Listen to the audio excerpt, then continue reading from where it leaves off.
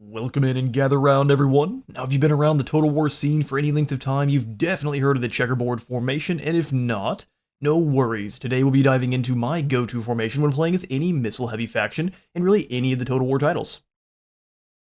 The Checkerboard itself is a modification of the Roman Manipular deployment, which allowed for greater tactical flexibility, while allowing units to maneuver without disorganizing the entire line. While Romans did utilize some skirmisher troops, mainly in the front lines, the formation was still mostly made up of heavy infantry divisions. For this video, we'll be showing how to use the more missile-based Checkerboard, but we'll be making a video showcasing the Roman Manipular when playing as the more infantry-focused Lizardmen or Norskins. Let's show how to actually create the formation quickly, then get to the strengths and weaknesses you'll need to keep in mind when deploying. There are times when you just won't want to use this formation due to certain situations, and recognizing them will be key. In Warhammer 3, we have so many options when it comes to unit variants. You can take what you're about to hear and modify it with all your favorite troops, or to fit your playstyle even better. I'd love to hear exactly what you come up with in the comments. For this video, we'll be sticking with the fundamentals to make an easy template for you all to take and make your own.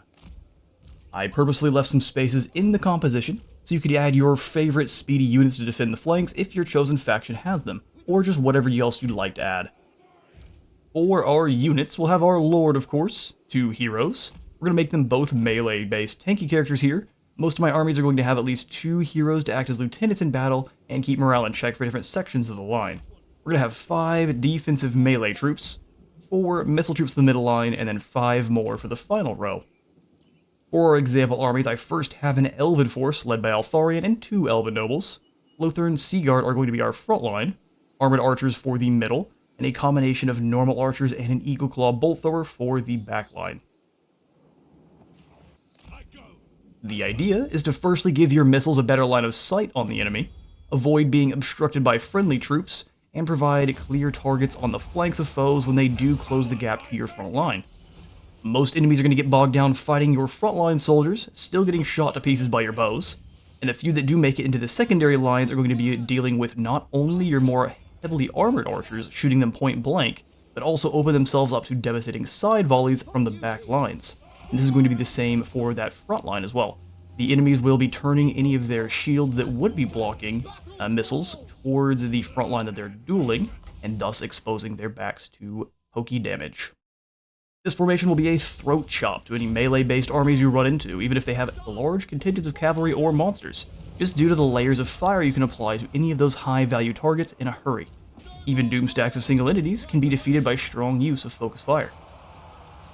You'll not want to use this formation, however, if the enemy is packing more powerful artillery than your own, if they have longer-range missile troops, or if they have powerful single-use bombardments, like Ikklaw's nuke or the Chaos Dwarf Dreadquake bombardment. Your troops will get blasted to bits before you'll be able to deal too much damage back.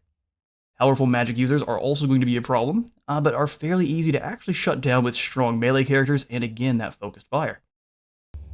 Now we'll show a battle utilizing our beloved Checkerboard as the Ogres, facing down an army of the Holy Roman Empire. They've got halberds, spearmen, crossbows, and the nearby Black Rose Knight chapter house. On our side, however, we've got a blended Noblar defensive front line, man-eater pistols for a nasty hybrid middle line, and a combination of lead belchers and an iron blaster for our backline. Since the iron blaster acts more like a chariot, we've got it placed on the flank to also entice a foolish charge of his cavalry, and then get blobbed up and annihilated by cannonballs. As the enemy approach, they're harried aggressively by our missile troops, which are focusing on his crossbows and knights the moment they come into range, then pivoting to deal with the infantry. Noblars hold the line with bruiser support, and an absolute slaughter ensues.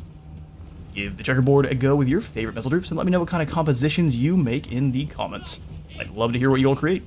This is meant to be taken as a basic template and expanded on in any way you might think works better. Our next video is going to be a beginner's guide on the pike and shot Persio for your gunpowder focused armies. So if you've enjoyed today's video, please remember to leave a like for the like god and a sub to the sub phone so you don't miss any uploads, and I will see you all in the next one.